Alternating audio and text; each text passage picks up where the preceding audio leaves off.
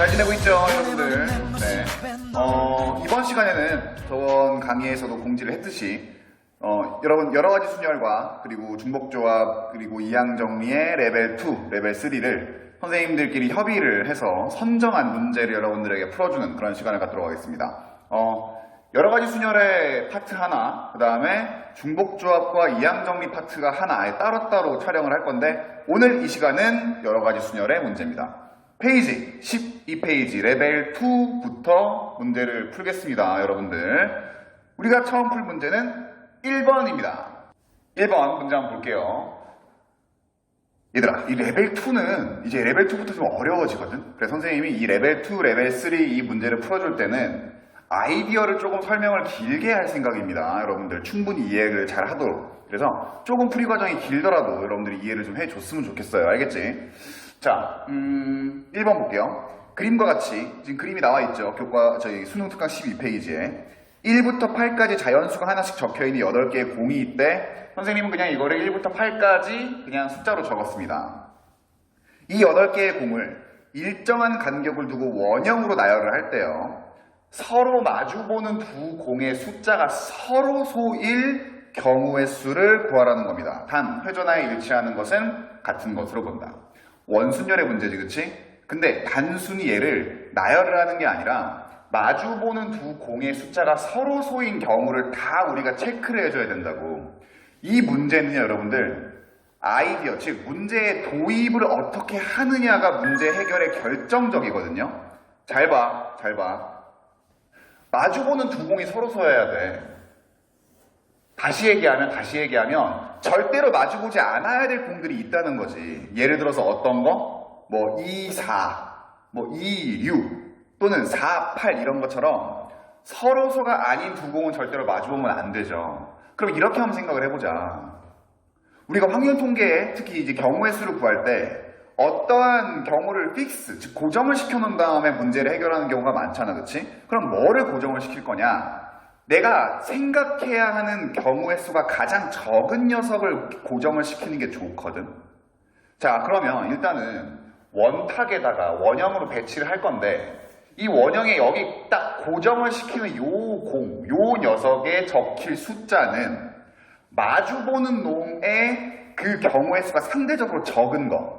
다시 얘기하면 서로 소인 숫자가 상대적으로 적은 개수의 공을 여기다가 고정을 시키는 게 조금 더 편해요. 자, 그럼 한번 보자, 얘들아. 지금 이 1부터 8까지의 숫자 중에 절대로 마주보지 않아야 될 놈들을 한번 해볼게. 자, 먼저 뭐가 있어요? 자, 2, 4, 6, 8. 얘네는 절대로 마주보면 안 되지. 왜? 얘네는 다 2를 약수로 가지고 있으니까. 맞죠?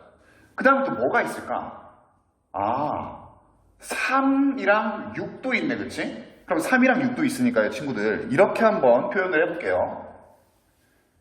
3이랑 6은 절대로 마주보면 안 돼. 그쵸? 자, 그럼 봐봐야겠다. 6이 2랑도 마주보면 안 돼. 3, 4, 8이랑도 마주보면 안 돼. 다시 얘기하면 6이 마주볼 수 있는 경우가 세 가지 경우, 즉 1, 5, 7밖에 없다고. 그래서 우리는 뭘 할 거다? 6을 기준점으로 잡겠다고요. 혹시나 여러분들 문제를 풀고 해설지를 본 친구들이 왜 6을 기준점으로 잡았지? 라고 좀 고민했던 친구들이 있을지도 모르는데, 6을 기준점으로 잡은 이유는요, 반대편에 올 수 있는 공이 가장 적은 녀석이라서 그래요. 알겠습니까? 자, 그래서 보자. 여기다가 6을 고정을 시켜. 자, 6번 공. 선생님 그때 설명했지? 원형에 하나의 대상을 배치하는 거는 경우의 수는 몇 개다? 하나라고. 설명했었어. 자, 그럼 먼저. 자, 1을 곱하겠어요. 얘는 어떤 경우야? 6번 공을 배치하는 경우지. 됐니? 자, 그러면 이 마주보는 요 자리에 올 수 있는 공의 개수는 어떤 것도 표시되지 않은 1, 5, 7이 가능하다. 맞니? 그러면 6 맞은편에 올 수 있는 녀석을 선정하는 방법은 뭐예요? 3개의 공 중에 하나를 택하는 거죠. 그래서 곱하기 3C1입니다. 자, 얘는 어떤 녀석이라고? 1번 공, 5번 공, 7번 공 중에 하나를 택하는 경우의 수야. 됐어? 또다시 얘기하지만 이미 우리가 이 단계에서 6번 공을 고정을 시켜놨기 때문에 더 이상 뭐의 문제가 아니라고? 원순열의 문제가 아니라고. 됐니? 자, 그럼 여기가 지금 채워졌습니다. 뭐든 채워졌어. 됐어? 뭐 예를 들어서 그럼 그냥 얘가 5번이 채워졌다고 할까? 자, 됐죠? 자, 그 다음에 이제 뭐냐면 남은 자릿수를 보자고. 여기에 3개가 있을 거고요. 여기에 3개가 있을 거야. 근데 절대로 서로서가 아닌 놈들은 마주 볼 수가 없어. 그럼 잘 봐. 이제 남은 놈들을 보자. 우리가 지금 6번 배치했어요. 6번 공 배치했어. 그 다음에 1, 5, 7 중에 그냥 5번 공이 배치가 됐다고 생각을 하자고. 됐어? 그럼 몇 개의 공이 남았냐면 1, 2, 3, 4, 7, 8 6개의 공이 남았지. 그러면 3개를 배치하면 되겠네. 근데 눈에 띄는 건 뭐야? 2, 4, 8이 절대로 마주 보면 안 돼. 그럼 어떻게 하면 돼? 한쪽에다 몰든가 아니면 지그재그로 놓든가 하면 되는 거 아니야. 그죠? 자, 이 경우의 수는 어떻게 구하냐면요. 이렇게 생각해. 봐봐. 지금 선생님이 이렇게 마주 보는 거를 1번이라고 하겠습니다. 이거 동그라미 치면 안 되겠구나. 왜냐? 공이랑 헷갈리니까. 자, 1번이라고 할게요. 그 다음에 이렇게 마주 보는 거 얘를 2번이라고 할게. 그 다음에 이렇게 마주 보는 거를 어떻게 할 거야? 3번이라고 할게요. 됐니? 그럼 어떻게 하면 돼? 2, 4, 8, 즉 1, 2, 3, 4, 7, 8 이 6개 중에 절대로 마주 봐서는 안 되는, 즉 지그재그로 놓여야 되는 2, 4, 8을 1번, 2번, 3번 요 자리에 그냥 배치하는 거야. 어떻게? 3팩토리얼이지. 맞아요. 왜 그렇지? 이미 원순열이 아니라니까. 3개의 자리에 3개의 숫자를 배치를 하는 거야. 그냥 여기에 2가 오고 여기에 4가 오고 여기에 8이 오고 이런 식으로. 그래서 여기다가 뭘 곱해주는 거예요? 3팩토리얼을 곱해줘요. 이 경우는 뭐야? 2랑 4랑 8을 우리가 구역을 정한 1번 구역, 2번 구역, 3번 구역에 하나씩 배치하는 경우의 수지. 됐어? 자, 그러면 잘 봐. 2번이 1번 구역에 배치가 됐다고 생각을 합시다. 2번 공이. 그러면 1번 구역에 배치가 이미 됐는데 2번 공이 들어갈 수 있는 자리는 여기도 있고 여기도 있죠. 즉 2, 4, 8이 1, 2, 3번 구역에 배치가 됐어. 근데 2번 공의 입장에서 보면 1번 구역에서 갈 수 있는 자리는 2개란 말이야. 여기, 그치? 그럼 배치가 됐습니다. 그러면 각각의 구역별로 배치된 공이 자리할 수 있는 경우의 수는 몇 가지? 2가지. 하나, 둘. 됐니? 그래서 1번 구역에 배치된 공이 갈 수 있는 자리 2가지. 2번 구역에 간 공이 또 2가지 경우 배치될 수 있죠. 3번 구역에 간 공이 배치가 될 수 있는 경우 2가지. 됐어요? 이게 바로 뭐야? 1번, 노란색으로 쓸게. 1번, 2번, 3번 구역에 공이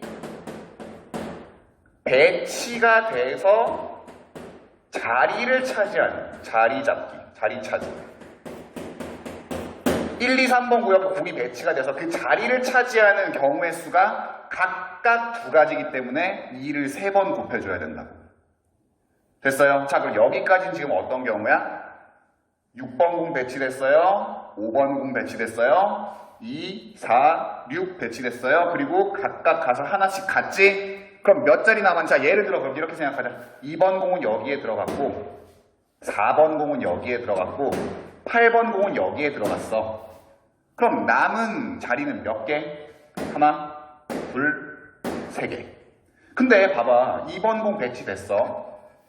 4번 공 배치됐지? 8번 공 배치됐지? 그럼 남은 공은 몇 개예요? 2개야.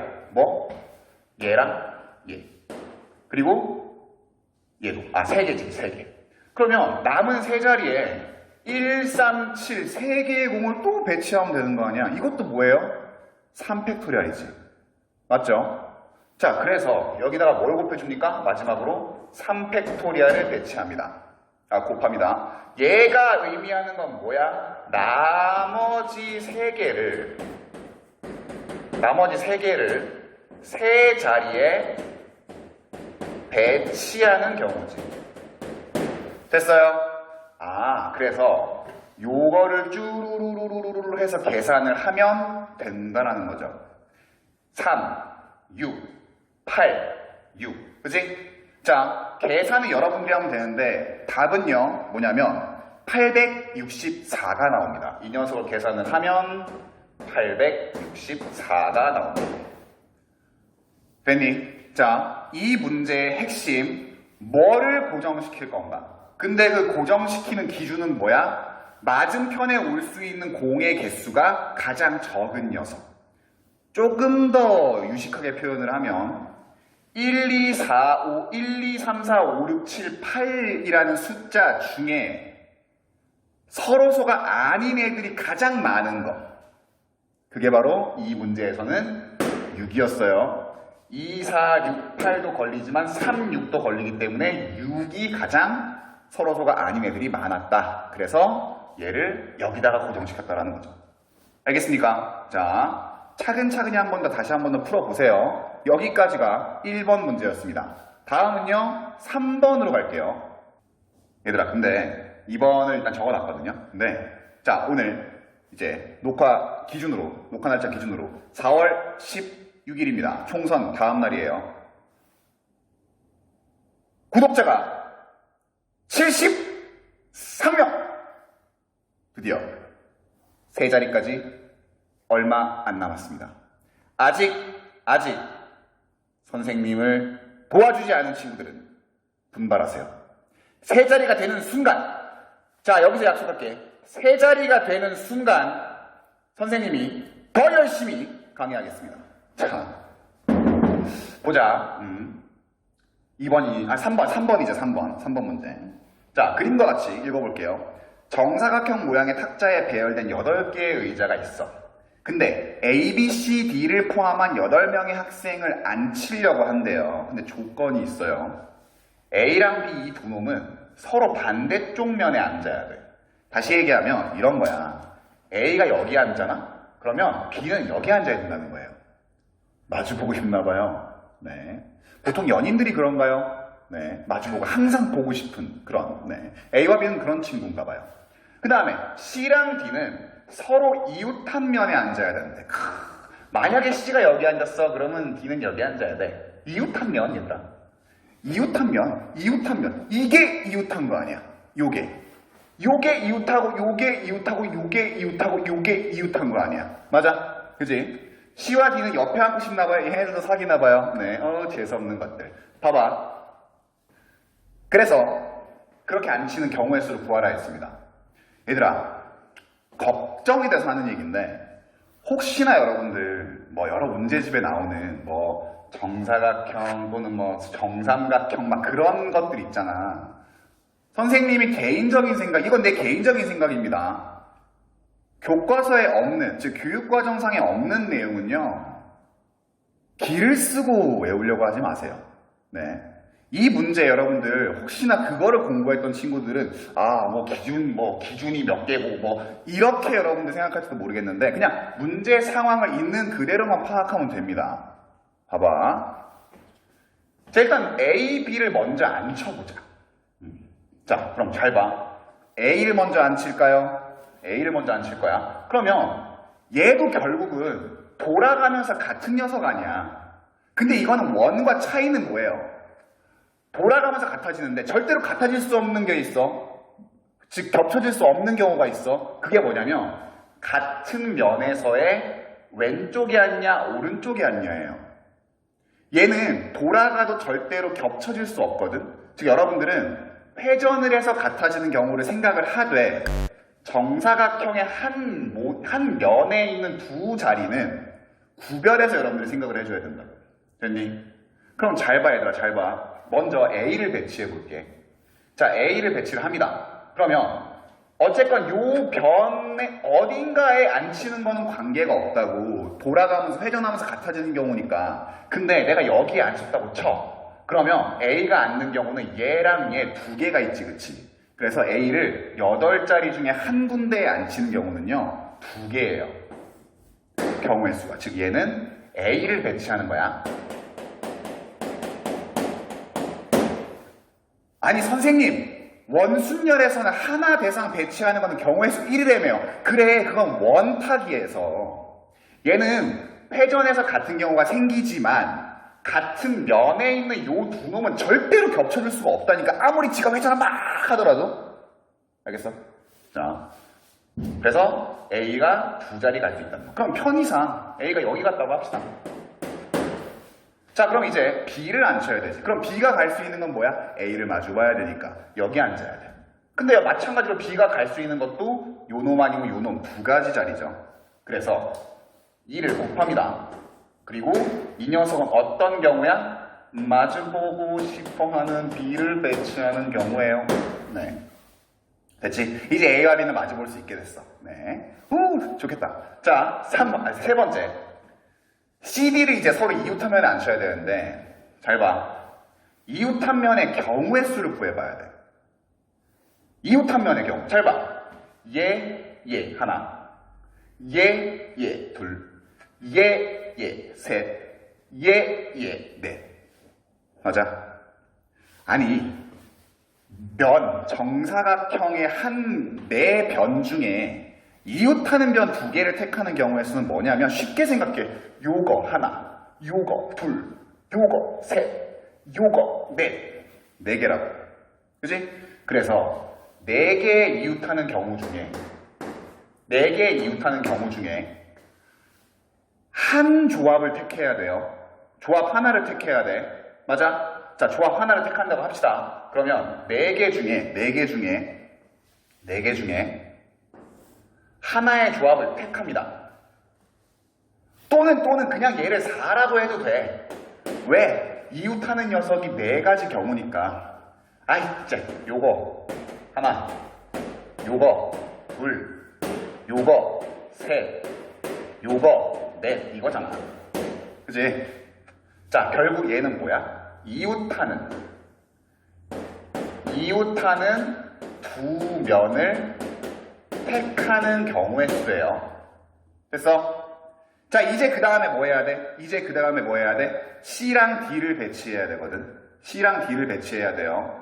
자, 그럼 잘 생각해봐. 배치가 됐어. 그러니까 얘가 골라졌어, 이거를. 그러면 C가 갈 수 있는 경우가 있고 D가 갈 수 있는 경우가 있지, 그치? 근데 지금 일단은 우리가 B까지 배치를 했으니까 A 맞은편에 B를 뭐 아무데나 배치를 합시다. 둘 중에 뭐 어디 배치할까? 여기다 배치할까? 이걸 안 적었네, 그치? 자, 그 다음에 얘들아, 이웃한 면을 택하는 네 가지 경우 일단 택했습니다. 그거 우리는 자, 요 녀석을 택했다고 치자고. 여기를. 지금 이 문제에서 우리가 적은 1번 경우, 자, 요 경우를 택했다 치자. 조금 복잡해. 잘 봐, 여기서부터. 일단은 C를 먼저 앉힐게요. 근데 C가 갈 수 있는 면은 몇 개야? 두 개지. 하나, 둘. 아, 그래서 C를 일단 두 개를 곱해. 자, 그럼 잘 봐. 만약에 C가 여기를 앉겠다라고 하면 D 옆에 있는 자리는 하나밖에 없지.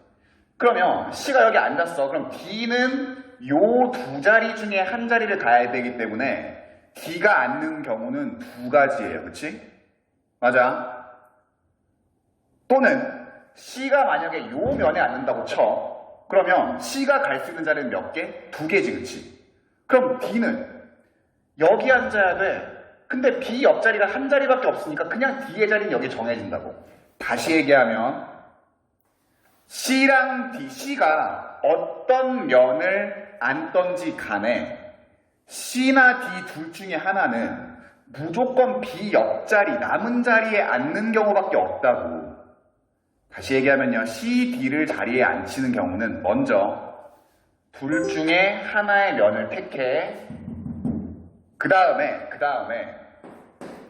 C가 여기에 앉으면 C가 여기에 앉게 되고 D를 앉히는 경우는 두 가지고, 만약에 C가 여기에 앉으면 C가 앉을 수 있는 경우가 두 가지인데 D는 여기에 들어가야 되니까 결국은 어떠한 경우든 간에 두 가지 경우가 나와요.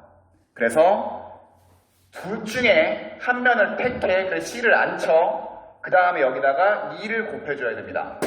이 통으로 결국 뭐냐면 C랑 D를 배치하는 경우야. 다시 한 번 더. 만약에 C가 이쪽에 앉는다고 쳐. 그러면 C는 이미 자리가 정해졌잖아. 그럼 D가 갈 수 있는 경우는 두 가지이기 때문에 2를 곱해줘야 된다고. 또 만약에 C가 여기를 갔어. 그럼 C가 앉을 수 있는 자리가 두 가지지, 그치? 그럼 어디가 앉았겠지? 그러면 D는 이웃한면에 앉아야 되니까 여기 앉아야 되는데 D의 자리는 이미 정해졌다고. 그것도 곱하기 2라고. 결국 2 곱하기 2 통으로가 이웃한 면 둘 중에 하나 C 앉혀, 남은 자리에 D 앉혀. 이 통인 경우가 C, D를 배치하는 경우의 수라고요. 됐습니까? 자, 그러면 C가 뭐 여기 앉았다고 치고 D가 여기 앉았다고 칩시다. 그럼 남은 자리 몇 개야 이제? 하나, 둘, 셋, 네 개죠? 그죠? 그럼 이제 이름 없는 나머지 4명을 앉혀야 되잖아. 이건 뭐의 문제다? 순열의 문제라고요. 4개의 자리에 4명을 앉히는 경우니까 뭘 말을 곱해야 돼? 곱하기 있어, 팩토리 R. 얘는 어떤 경우다? 나머지 4명 배치하는 경우. 자, 그래서 이거를 쭉 계산하면 됩니다. 선생님이 첫 시간에 뭐라 얘기했어요? 확률과 통계 경우의 수를 구하는 문제는 과정을 하나하나 잘 따져보라 그랬지? 이런 과정으로 문제를 풀게 됩니다. 알겠습니까? 그래서 계산을 하면 답이 1536이 돼요. 선생님은 이거를 암산으로 했습니다. 여러분들은 손으로 계산하세요. 니들이 시험 보는 거니까요. 답은 2번. 자, 쉽지 않았지, 그치? 다음 문제는요, 4번 문제입니다. 4번 문제입니다, 여러분들. 얘들아, 질문 많이 하라 그랬잖아. 지금까지 선생님한테 개인적으로 개인적이 아니라 유튜브 댓글이나 뭐 얼로 질문한 친구. 첫 번째, 김호원 친구는 심지어 선생님 학교 전화를 해가지고, 선생님 학교 번호로 전화를 해가지고 질문을 했습니다. 김호원, 잘하고 있어. 그 다음 두 번째, 아이디가 토끼 시나몬, 아무튼 뭐 그런 겁니다. 시나몬 토끼?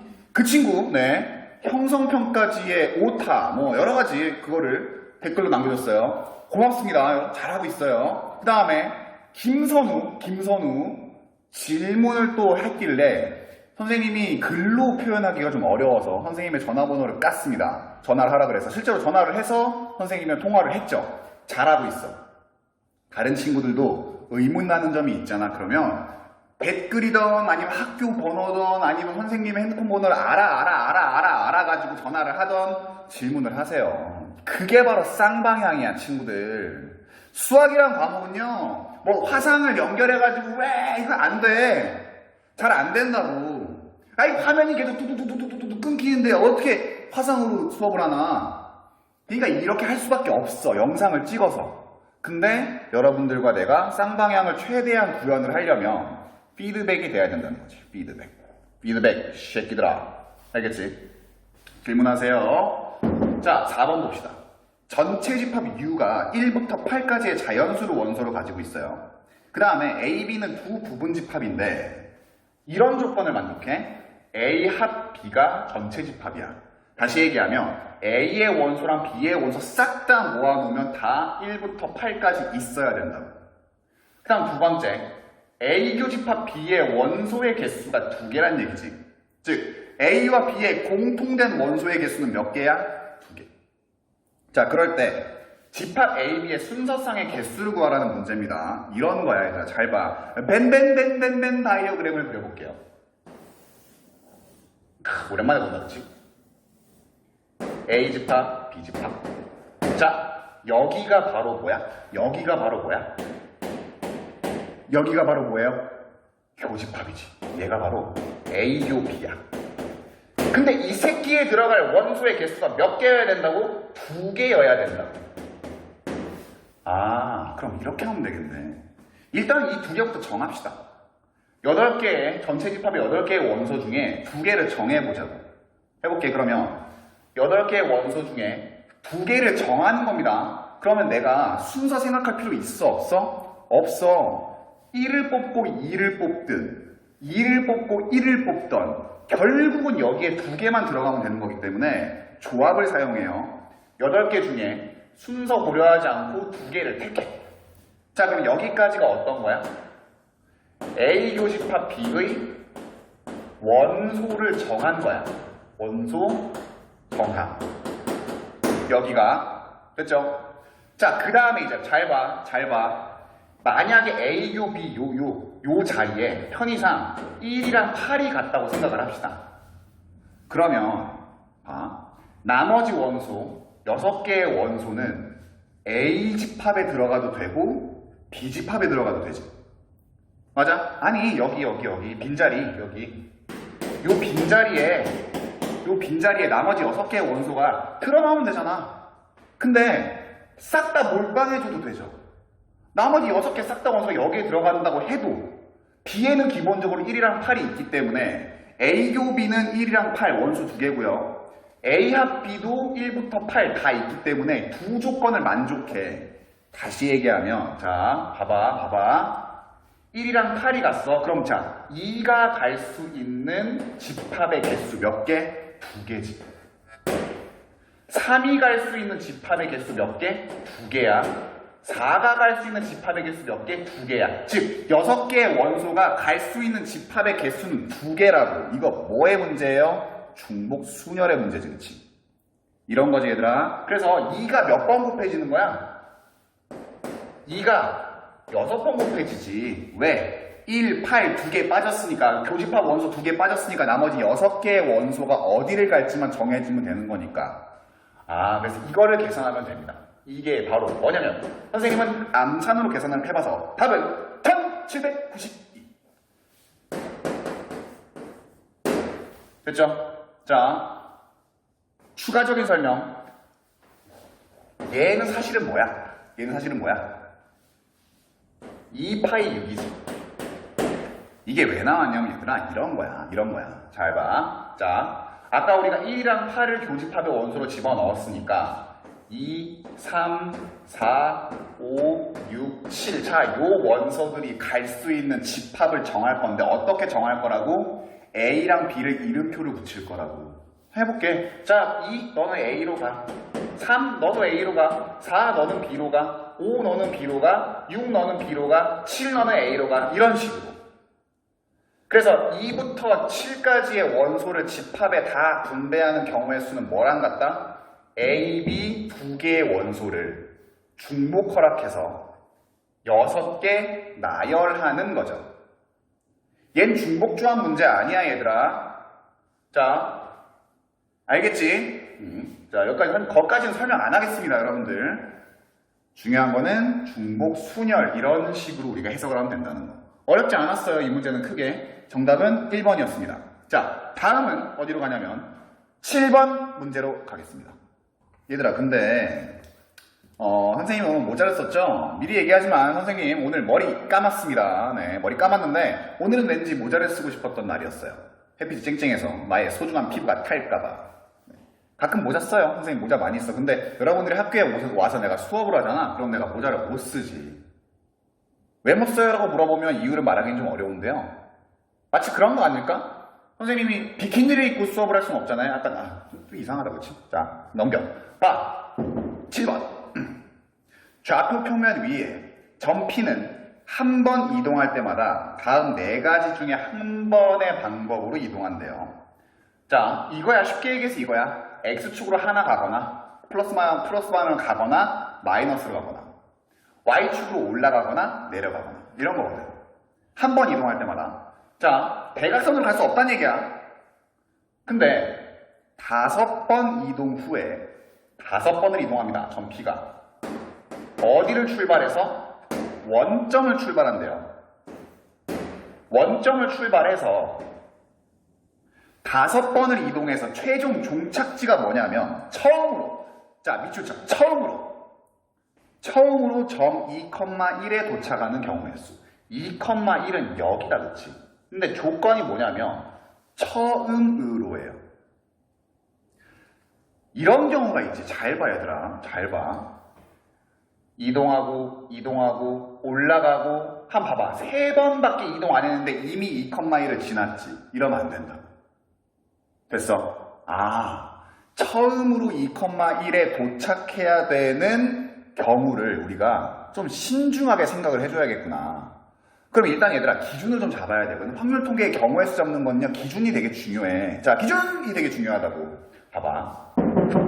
선생님은 자 어차피 X나 Y 둘 중에 하나를 기준으로 잡을 건데 선생님은 X축의 방향을 기준으로 잡을게요. 그럼 잘 봐.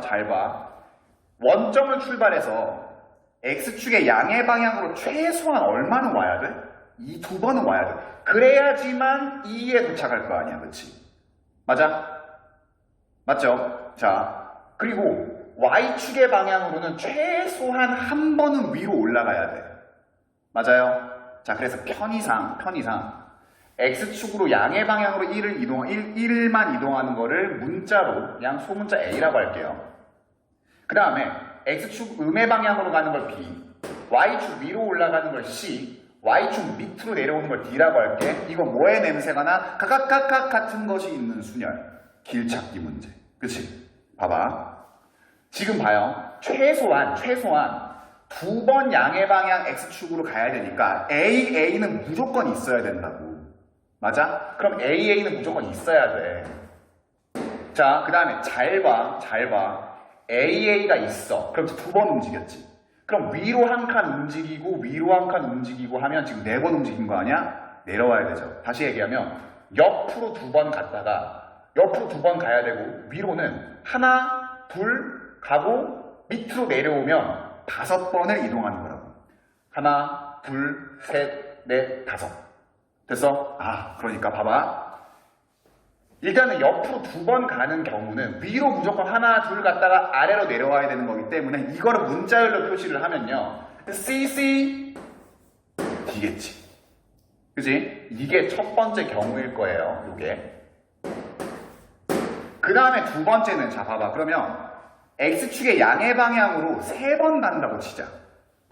하나, 둘, 셋. 그지? 그럼 잘 봐. 음의 방향으로 한 번 무조건 가야 되죠. 그래야지만 2에 올 거 아니야. 자, 그럼 이미 몇 번 움직였어? 하나, 둘, 셋, 넷. 그러면 우리가 이동할 수 있는 방법은 뭐? 위로 한 칸 가야지. 그래야지만 2,1에 갈 거 아니야. 맞아? 아, 그러니까 X축의 양의 방향으로 3번을 간 다음에 다시 거꾸로 음의 방향으로 한 번 오고 그 다음에 Y축의 양의 방향 지금 위로 한 번만 올라가면 5번에 2,1을 지날 수 있다. 됐어요. 자, 이게 두 번째야. 그럼 또 있나 볼까? 자, 그러면 X축의 양의 방향으로 4번 간 거라고 생각을 해봅시다. 하나, 둘, 셋, 4번이지, 그치? 자, 지금 4번 움직였어. 그 다음에 거꾸로 간다고, 2로 가야 될 거 아니야. 거꾸로 간다고 해도 5번 움직였는데 3까지밖에 못 왔어요. 즉, X축의 양의 방향으로 4번 오면 2,1을 5번 만에 가는 게 불가능하다. 그래서 우리가 경우의 수를 따져줘야 되는 건 이 두 경우밖에 없어요. 됐니? 자, 그러면 그때그때 한번 따져볼게. 1번 경우. 자, 일단은 요 놈을 나열을 해. 어차피 얘들아, 이렇게 가나. 옆으로 갔다 위로 갔다 옆으로 갔다 하나. 즉 얘네끼리 순서로 바뀌는 건 관계없다고. 우리 같은 것이 있는 순열의 최단거리 할 때 순서가 올라갔다가 내려가니 쭉 가다 쭉 가니 막 이 관계없었잖아. 그치? 자, 결국 이걸 나열을 하면 되는데 5개의 문자열 중에 2개가 겹칩니다. 2개가. 그래서 2팩토리얼, 2팩토리얼. 됐죠? 근데 자, 문제가 뭐냐면 5번 만에 처음으로 어떻게 해야 돼요? 2,1에 도착해야 돼요. 그럼 절대로 어떠면 안 돼? 가다가 먼저 2,1에 딱 도착하면 안 된다고. 5번 전에. 그러면 이 경우는 지금 어떤 경우도 포함이 되어 있냐면 얘를 막 문자를 나열하는 도중에 이런 경우도 포함이 되어 있거든. A, A, C. 야, 그럼 3번 만에 2,1 같잖아. 그치? 문제가 생긴다. 즉, 우리가 제껴줘야 될 거는 뭐? 앞에 3개에 AAC가 배열되는 그 경우가 문제인 거예요. AAC 또는 ACA, AAC, CAA. 이건 어쨌건 앞에 3번의 운동에서 AAC 요 녀석이 지네끼리 배열되는 게 문제인 거라고. 됐니? 그럼 그 경우를 빼주자. 자, 빼줘요. 뭘 빼줘요? 자, 우리가 지금 구하고 싶은 거는 AAC 요 3놈이 전반부 3번에 나오는 경우야. 근데 순서는 ACA든 CAA든 AAC든 간에 어쨌건 지가 3번 만에 2,1에 도착을 해버리잖아. 그럼 거기를 빼버리면 된다고. 자, 잘 봐. 먼저 앞에 3개 AAC를 일렬로 나열하는 경우의 수는 뭐냐면요. 3팩토리얼을 2팩토리얼로 나누는 겁니다. A가 2번 되니까, 그치? 자, 그럼 여기까지 됐어. 그러면 이 나머지 뒤에 CD를 배치하는 경우는 2개지. 2팩토리얼이니까. 그래서 얘를 어떻게? 곱하는 거야. 아, 자, 얘는 전반부의 AAC를 배열하는 경우예요. 그다음 얘는 뭐야? 후반부의 CD를 배열하는 경우라고. 됐니? 자, 그래서 이 전체 경우에서 얘를 나열하는 전체 경우에서 요 놈을 빼주면 바로 우리가 원하는 5번 만에 최초로 2,1에 도달하는 1번 경우들만 남게 되겠죠. 그럼 2번도 똑같아, 얘들아. 2번도 똑같아. 자, 2번 해볼게. 자, 2번도 마찬가지입니다. 5개의 문자 중에 겹치는 게 몇 개야? AAA 3개네요. 그러면 5개의 문자를 나열하는데 겹치는 게 3개니까 3팩토리얼로 나눠. 근데 여기도 마찬가지로 어떤 경우가 있어야 돼? 어떤 경우로 빼야 돼? 전반부에 AAC가 배열되는 경우를 제껴줘야 돼. 그래서 자, 어떻게 하겠다? AAC. 그럼 남은 건 뭐가 남니? AB가 남지. 즉 전반부에 AAC를 배열하는 경우 곱하기 후반부에 AB를 배열하는 경우를 곱해서 빼줘야 되죠. 자, 빼. 똑같이 얘들아. 3팩토리얼 나누기 2팩토리얼 곱하기 뒤에 뭐? 2팩토리얼.